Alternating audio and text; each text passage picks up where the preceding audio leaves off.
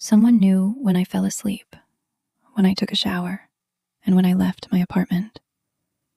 I just didn't know he was already inside. Fall, 2018. I'd just moved into a small apartment in Portland. 3rd floor, old brick building. Nothing fancy, but it was mine. I was 28, working night shifts as a nurse. Quiet life, routine. Every morning I'd come home before sunrise. The city half asleep, the air cold and still. Coffee, shower, bed, repeat. Then, little things started to change. A mug moved, the bathroom light on, a faint smell of cigarette smoke. I didn't smoke. At first, I told myself I was tired, delusional maybe, but something in my gut said no.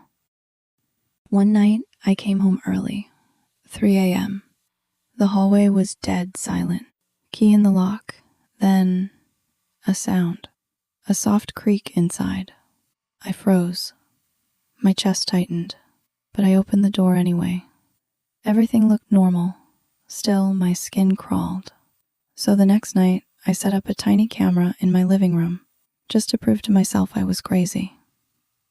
Next morning, I checked the footage, and my blood went cold. A man, crawling out of my hallway closet, barefoot, moving like he'd done it before. He poured milk, sat on my couch, watched TV, then went back into the closet. I screamed, called the cops. They came fast, guns drawn. They opened the closet. Empty. No one. No prints, no signs of a break-in, nothing. One of the officers, older guy, noticed something weird, a vent cover slightly off. He pulled it. Behind it, a hole, big enough for someone to crawl through. Flashlight beam hit the space behind the wall. Blankets, food wrappers, and a Polaroid photo. Me, sleeping. I started shaking. How long had he been there? How many nights had he watched me? They found him 2 floors down, in the maintenance room. Ryan Cole, former tenant, evicted 2 years earlier. Violence, drugs. He never left. He'd been living inside the walls, crawling through air ducts, watching me.